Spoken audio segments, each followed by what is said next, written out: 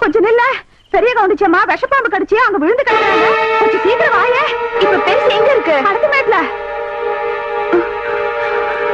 ஐயோ, ஏக்கோ முதல்ல அந்த லாந்தரிடு. இந்த அம்மா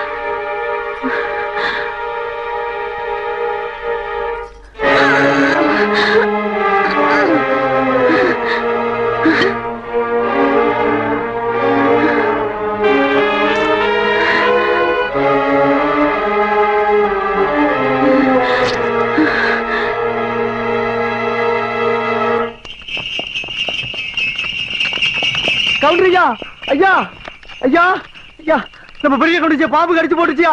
வயக்காட்டுல நேற்று ராத்திரி வச பாம்பு கடிச்சு போட்டுச்சியா. ஓட்டுற வண்டிய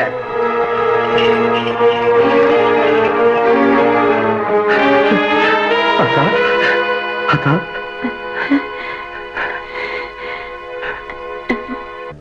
அக்கா எப்படி அத்தா இருக்க? பதறாதையா, எனக்கு ஒண்ணு ஆகல.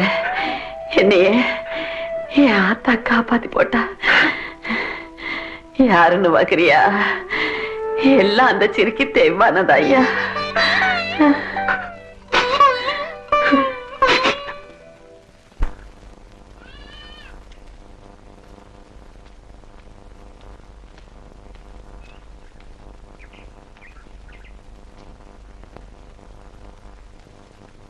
தெய்வான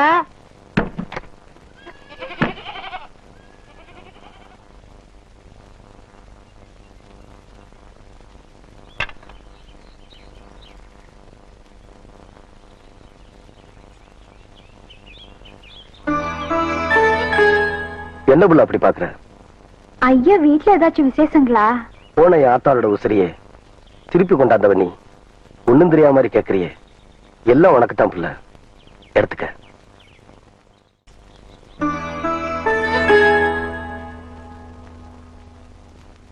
கவுண்டரையா, நீங்க தப்பா நினைக்கலனா நான் ஒண்ணு சொல்லட்டுமா? சொல்லு. 18 பட்டிக்கும் பஞ்சாயத்து பேசுற சின்ன கவுண்டர்னு நாங்க உங்க பெருமை பேசிட்டு இருக்கோம். நீங்க என்னன்னா விலையே பேச முடியாத உங்க ஆத்தா உசுருக்கு விலை பேசிட்டு நிக்கிறீங்களே. இந்தாங்க, இந்த பணத்தை இப்ப நான் உங்களுக்கு தரேன். 20 வருஷத்துக்கு முன்னால செத்து போன ஏன் ஆத்தாளோட உசுர உங்களால திருப்பி தர முடியுமா? உங்க ஆத்தாள நான் காப்பாத்தும் போது இந்த காசு என் கண்ணுக்கு தெரியலையா? ஆத்தாளோட பாசம் தாயா தெரிஞ்சது. பொறப்புல ஏழையா இருந்தாலும் பாசத்துக்கு கட்டுப்படுவோமே தவிர பணத்துக்கு கட்டுப்பட்டு பழக்கமே இல்லையா?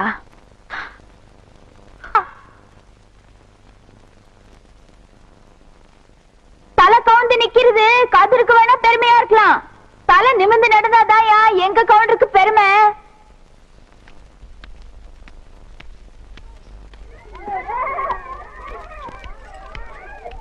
டீச்சரம்மா கொஞ்சம் நில்லுமா.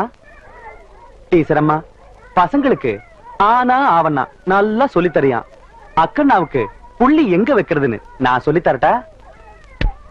ஏய், கேக்குறேன்ல. எடுடா கைய. இந்த தொரட்டியால ஆட்டுக்கு இலதலை மட்டும்தான் புடுங்கி போடுவேன்னு நினைக்காத. ஒன்ற மாதிரி தெருநாயங்களோட தலையும் புடுங்கி போடுவேன். ஜாக்கிரதை. தெய்வானே, உன் தங்கச்சி மேல கை வச்சு போட்டேன்னு பாக்குறியா? சரின்னு சொல்லு, உன் மேலே கை வச்சிடுறேன்.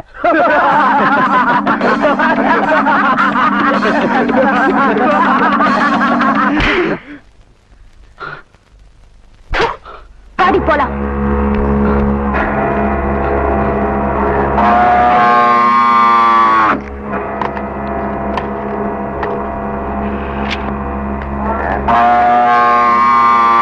என்ன பூச்சி கத்துது? இந்த காளை சின்ன கவுண்டன் தோட்டத்துல தானே மேய்ஞ்சது. மச்சான், கணக்கு காலாவதியாய் 3 மாசம் ஆச்சு மச்சான். புள்ள, 3 வருஷத்துக்கு முன்னாடி உன் தங்கச்சியை படிக்க வைக்கணும்னு சொல்லி 5000 ரூபாய் கடன் வாங்கினேன். இப்ப வட்டியோட சேர்த்து 15000 ரூபாய் ஆச்சு. எப்ப நீ கட்ட போற? இப்படி திடீர்னு கேட்டா அவ்வளவு பணத்துக்கு நான் எங்க போவேன்? நான் ஒண்ணு திடீர்னு கேட்கல. நீ கட்ட வேண்டிய கடன் காலாவதியாகி 3 மாசம் ஆச்சுன்னு கணக்கு சொல்லுது. வாங்கும்போது இருக்கிற அக்கறை கொடுக்கும்போது கூட இருக்கணும். பூச்சி, ஆ? நீ காலாவதியான கணக்கு எப்படி வசூல் பண்ணுவியோ அதே மாதிரி இந்த கணக்கையும் இவகிட்ட இருந்து வசூல் பண்ணிக்க. என் மச்சான் என்ன சொல்லி போட்டு போறான்னு புரியல. வாங்கின கடனை என்கிட்ட கொடுத்து கழிக்கிறியா இல்ல என் கூட கழிக்கிறியா அப்படின்னு கேட்டு போ சொல்றார். உனக்கு எப்படி வசதி? உன்ன மாதிரி கேடு கெட்டவனுக்கு முந்தி இருக்கிறத விட ஊர் ஜனங்க கிட்ட கையெந்திரது எவ்வளவோ மேலு. மொய் விருந்து வச்சாவது எண்ணி 4 நாள்ல உன் கடனை நான் அடைக்கல. நான் ஆவடிக்கு பொண்ணுலடா.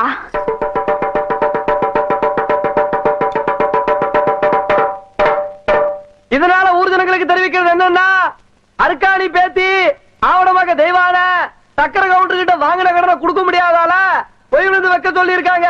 அதுக்கு எல்லாரும் வந்து சேர்ந்துருங்க சாமியோ. இந்தப்பா நாங்க 2 பேரு என்னடா 2 பேரு ஓசில சோறு போடுறாங்க. ஓசியில சோறு போடுறாங்க. இந்த அண்டாவாயை திறந்து இந்த பானை வயித்துல ஒரு வாரத்துக்கு கட்டலான்னு பாக்குறியா? இது மொய் விருந்து. மொய் விருந்தா வீடு வீடா போய் பிச்சை எடுக்கிறதுக்கு பதிலா வீட்டுக்கே கூப்பிட்டு பிச்சை எடுக்கிறது. புரியலையே. அடே, வாங்கின கடனை கட்ட முடியலன்னா ஊருக்காரங்களை கூப்பிட்டு நம்ம விருந்து போடணும். அவங்க சாப்பிட்டு போகும்போது இலைக்கடியில அவங்களால முடிஞ்ச பணத்தை வச்சுட்டு போவாங்க. மான வெக்கத்தை பார்க்காம அந்த எச்ச இலையை எடுத்து போட்டு அந்த பணத்தை எடுத்து வாங்கின கடனை கட்டணும். பாவம், யாருக்குமே இந்த நிலைமை வரக்கூடாது. அந்த தெய்வான பொண்ணுக்கு வந்துருச்சு.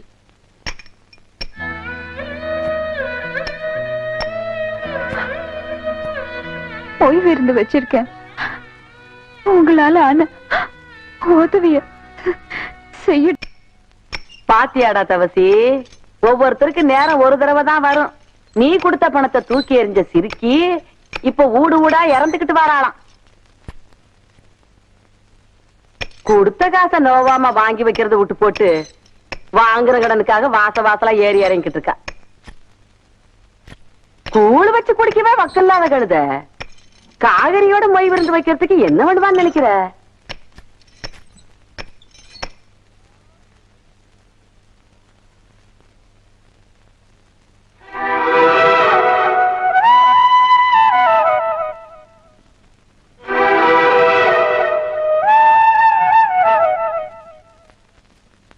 காசுக்கு வக்கில்லாதவளா இருந்தாலும் கவுறுதையில இந்த கவுண்டச்சிக்கு குறைஞ்சவில்லைங்கிறத காட்டி போட்டு போற அவத்திய.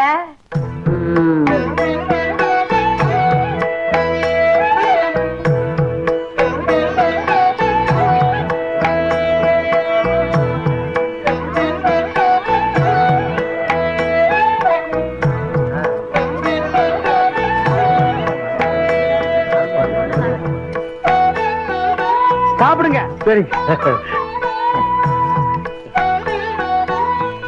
அம்மனி போடுங்க.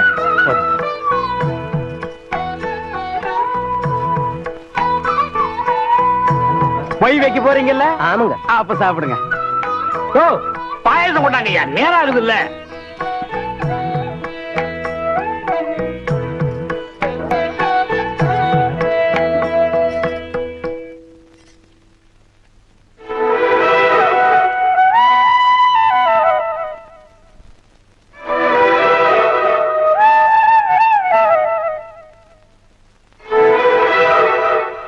போதும் புள்ள, உப்பு அதிகமா சேர்த்துக்கிட்டா உடம்புக்கு நல்லது இல்ல புள்ள.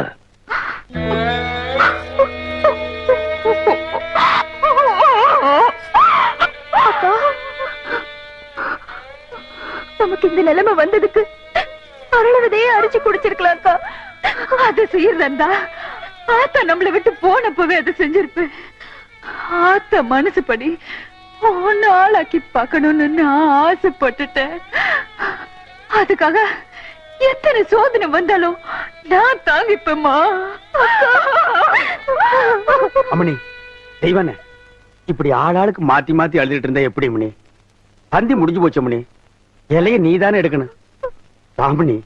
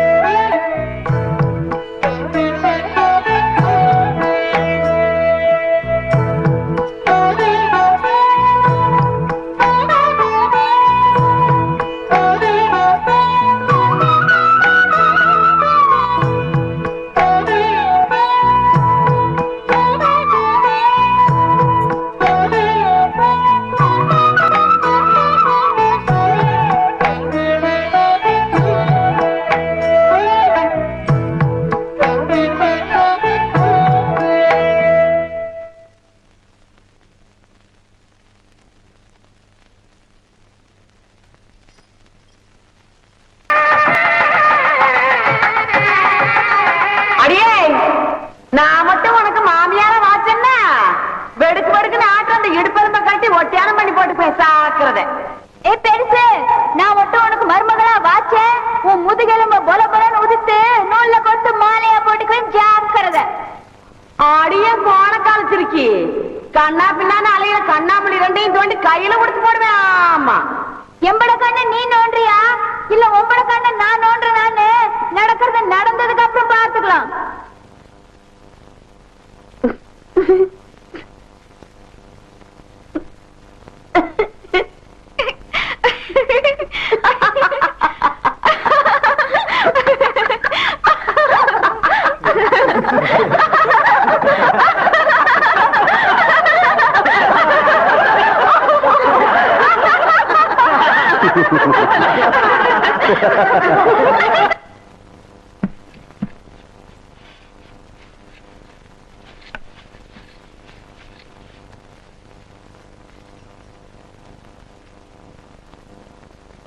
வாதாயி,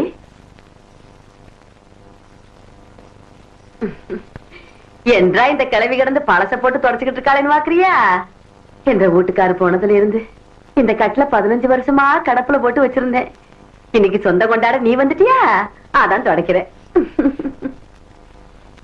இது வாரதாயி, இந்த கட்டுல இருக்குதே பரம்பரை பரம்பரையா நம்ம குடும்பத்துக்கு வாரிசு கொடுத்த கட்டுல.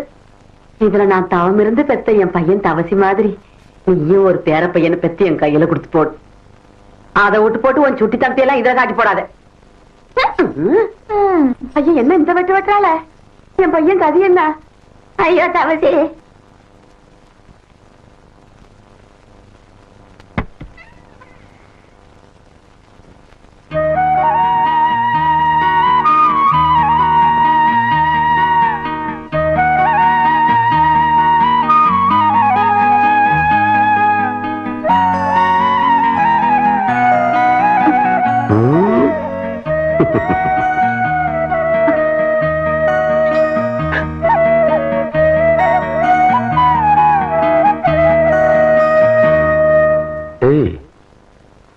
என்னது?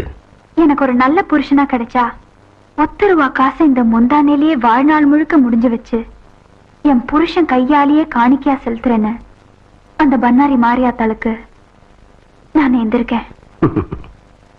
ஏம்பல்ல, எந்த மேல உனக்கு நம்பிக்கை இல்லையா? ஐயோ, அப்படிலாம் இல்லைங்க. நான் கட்டிருக்கிற இந்த சேலை, போட்டிருக்கிற நகை நட்டு எல்லாமே உங்க ஆத்தா எனக்கு கொடுத்ததுங்க. எனக்கு என்ன என் தாய் வீட்டு சீதனமா எதையுமே.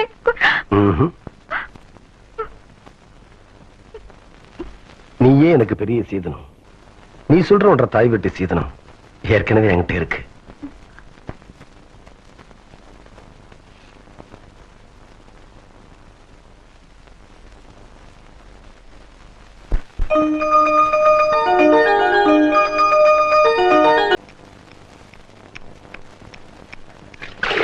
ஏண்டா டேய், சொம்புருட்டி ஆசாரி, ஆத்து பக்கம் ஒரு பொம்பளை போக கூடாது. அதுல மட்டும் நல்லா விவரமா இருப்பேன். 3 சக்கரத்துல ஒரு சக்கரம் சரியில்லைன்னா அதை போட்டு இந்த நரவுறிய. ஆத்தா, இது வரைக்கும் 7 வண்டி செஞ்சாச்சு. 7 வண்டியில ஒரு வண்டி கூட ஒரு குழந்தைய காணோம். 3 சக்கரத்துல ஒரு சக்கரம் ஓட்டைன்னு ரொம்ப தான் அங்கலாச்சுக்கிறீங்க. பேசுவியடா, நீ எல்லாம் பேசுவ. உனிய சொல்லி குத்தம் இல்ல. நான் பெத்ததும் அப்படி, எனக்கு வந்து வாச்சதும் அப்படி. கேட்டியா புள்ள? ஆத்தா ஜாடமாடியா சொல்றது உன்னையத்தான். சும்மா இருங்க. எதை எப்ப செய்யணும்னு எனக்கு தெரியும். அக்கா, வெளிநாட்டுல எல்லாம் குழாயிலேயே குழந்தை பத்தி தராங்களா? அப்படியா புள்ள? நீங்க சும்மா இருங்க மாமா. அக்கா மட்டும் சரின்னு சொல்லிட்டோம், நானே உங்களுக்கு குழந்தை பத்தி தரேன். சரி புள்ள. எப்படி சொன்ன?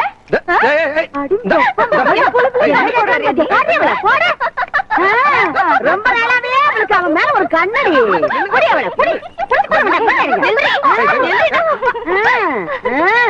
ஏண்டி, என் பொழுப்புல பங்கு போடு வந்தா? இப்ப அவ என்ன சொல்லி போட்டான்னு சொல்ல வேண்டியத மாமா கிட்ட தனியா சொல்லி இருக்கலாம்ல. நம்ம விஷயத்த நான் அப்புறம் வச்சுக்கலாம்.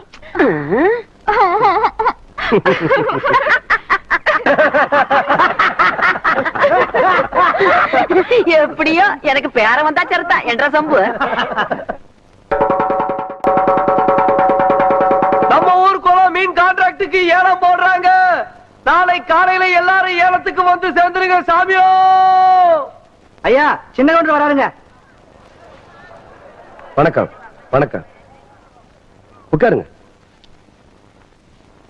யோ, உனக்கு அறிவு இருக்கா? நெத்தியில பட்டையா நாமத்தை போட்டு முன்னாடி உட்கார்றியே, உன்னை பார்த்துட்டு யாராவது ஏலம் கூறுவாங்களா? நீ எல்லாம் பின்னால உட்கார வேண்டிய ஆளு. எந்திரியா, அவசரம் முடிச்சு. போப்பா, போப்பா. எங்க ஏலம் ஆரம்பிக்கலாமா? நம்ம குளத்தோட மீன் கான்ட்ராக்ட 1 வருஷத்துக்குன்னு சொல்லி 5 ரூபாய்ன்னு ஆரம்பிக்கிறேன். ஏலம் 5 ரூபாய், 4000 ரூபாய். ஐயா, நீங்க ஏலம் எடுக்கிறீங்க, அதனால கொஞ்சம் படிப்படியா குறைச்சிட்டு வரலாம். டேய், சும்மா இருடா.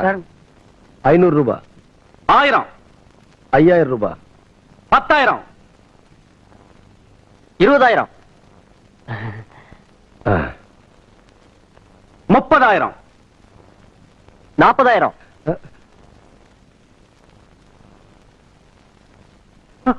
என்ன இதுக்கு மேல நீ கூற போறியா? ஐயோ, அப்படி போடு. வாழ்க்கையில பல்லு விளக்குறதே கிடையாதா?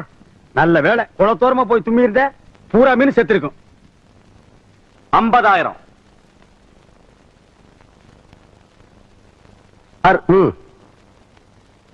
அவங்களே எடுத்துக்கிட்டும். சக்கரை கவுண்டர் 50,000 ஒரு தரம், சக்கரை கவுண்டர் 50,000 2 தரம், சக்கரை கவுண்டர் 50,000 3 தரம். ஏண்ட மதுசாமி உங்க சின்ன கவுண்டர் எந்திரிச்சு போறாரு? வருஷம் அவர் எடுக்கிற குளத்தை சக்கரை கவுண்டர் எடுத்துட்டாருல, அதனாலதான் கோச்சிட்டு போறாருன்னு நினைக்கிறேன்.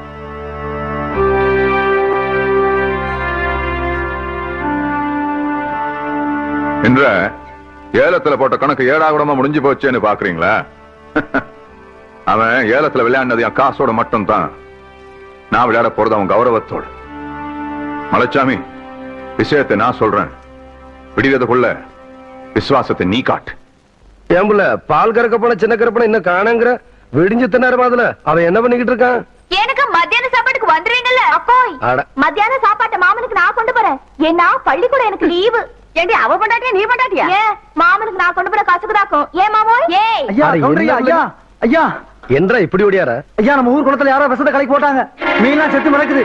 தண்ணி குடிக்க வந்த மாடு எல்லாம் செத்து போச்சுங்க. ஊரே அங்க கூடி இருக்கு.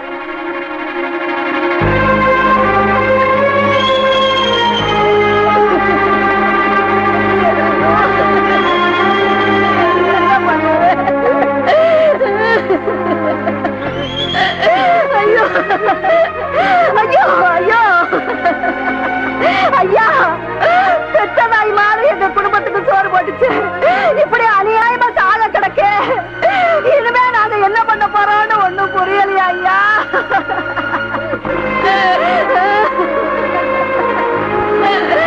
இப்படி நம்ம ஊர்ல நடந்ததே இல்லைங்க. ஐயோ, இதை நம்பித்தானே நாங்க இருந்தோம். ஊரு குடிக்கிற தண்ணியில விஷத்தை கலந்துட்டாங்க. இனிமே நாங்க குடிக்கிற தண்ணிக்கு எங்கயா போவோம்? 1 வருஷம் குளத்தியால கைவிட்டு போயிருச்சுன்னு இப்படி பண்ணிட்டாரே, நியாயமானு கேளுங்கயா.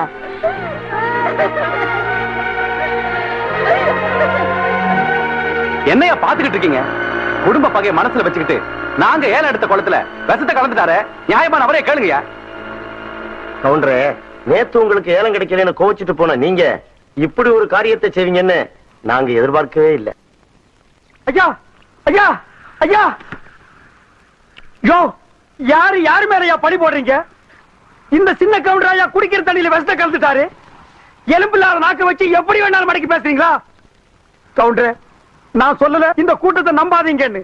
நேத்துக்கு நம்பினீங்க, இன்னைக்கு கால வாரிட்டாங்க பாத்தீங்களா? யோ, கால வாரினது யாருன்னு பஞ்சாயத்து முடிவு செய்யட்டும். நாளைக்கு பஞ்சாயத்துக்கு சின்ன கவுண்டர் வர சொல்லு.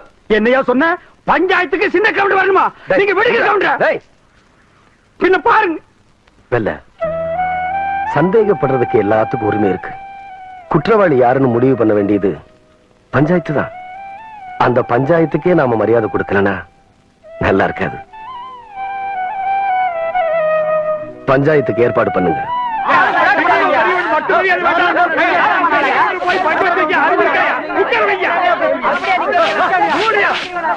நிறுத்துங்கய்யா, நிறுத்துங்க. என்னையா ஆளுக்கான கசம்சான பேசிக்கிட்டு இருக்கீங்க? என்னடா பஞ்சாயத்து தலைவரை உட்கார வேண்டியவர் நிக்கிறாருன்னு பாக்குறீங்களா? இவர் அந்தஸ்துக்கு சக்கரை கவுண்டர் ஒண்ணும் குறைஞ்சவர் இல்லையா? அவர் வர்ற வரைக்கும் இவர் நின்னுதான் ஆகணும். ஊரு ஊரா சொல்லுது கவுண்டர் தான் வசத்த கலந்தாரு. நீ என்ன உட்காந்து வாங்குற? நிறுத்தியா? எங்களுக்கு தெரியாதா? ஐயா, இதெல்லாம் சின்ன கவுண்டர் தோட்டத்தை மறந்துட்டா பாத்தாங்க. குளத்துல இருந்து தாங்க எடுத்தோம். பிரசிடண்ட் யாரும் சாட்சிங்க இருக்கு. இது எங்களால நம்ப முடியாதுங்க.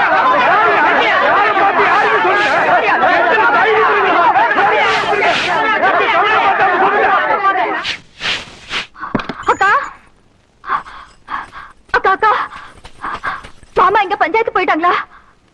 வீட்டுல பேசிட்டு இருந்ததை நான் கேட்டேன். மாமாவை பஞ்சாயத்துல சிக்க வைக்க போறாங்களா? குளத்துல விஷம் கலந்தது மாமான்னு சொல்ல போறாங்க.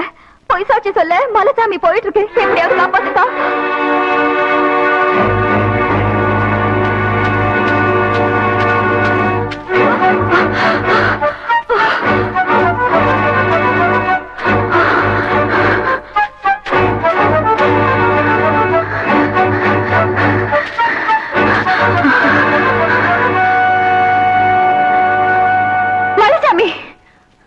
வளர்த்த கடை மாறல வர மாதிரி உன் ஆளாக்கி பார்த்த குடும்பத்தையே பாழாக்க நினைக்கிறியே, இது உனக்கே நல்லா இருக்கா? காஞ்சி போற எலும்பு துண்டுக்கு ஆசைப்பட்டு கவுண்டர் கௌரவத்து மேலே கை வைக்க பாக்குறியா? உண்ட வீட்டுக்கு ரெண்டகம் பண்ணிராத. கேவலம் ஆடு மாடு மேய்ச்சிட்டு இருந்த நீ திடீர்னு ஒரு நாள் கவுண்டச்சி ஆயிட்டான்னு எனக்கே புத்தி சொல்ல வந்துட்டியா? படிச்சவனுக்கு என்ன மரியாதை கொடுக்கணும்ன்றது உன் புருஷனுக்கு தெரியல. அது என்னன்னு புரிய வைக்கிறதுக்கு தான் இப்ப நான் போய்கிட்டு இருக்கேன். மலைச்சாமி, நீ தங்கத்துக்கும் தகரத்துக்கும் வித்தியாசம் தெரியாம போய் மவராச மாதிரி ஒரு ஈ எறும்பு கூட தீங்கு நினைச்சது இல்ல. அவருக்கு எது பொய் சாட்சி சொல்ல போயிடாத. உன் கால்ல விழுந்து கேக்குற, அவருக்கு துரோகம் பண்ணிடாத.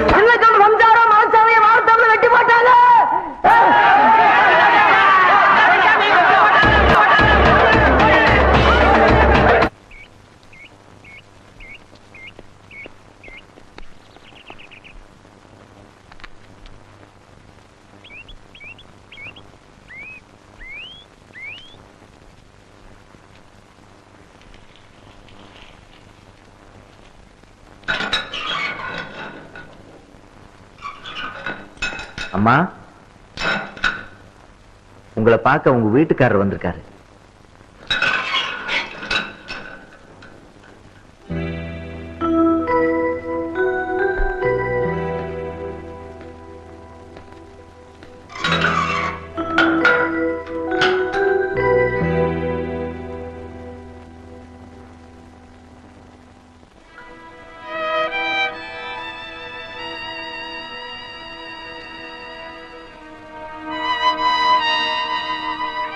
இவ்வளவு பெரிய காரியத்தை நீ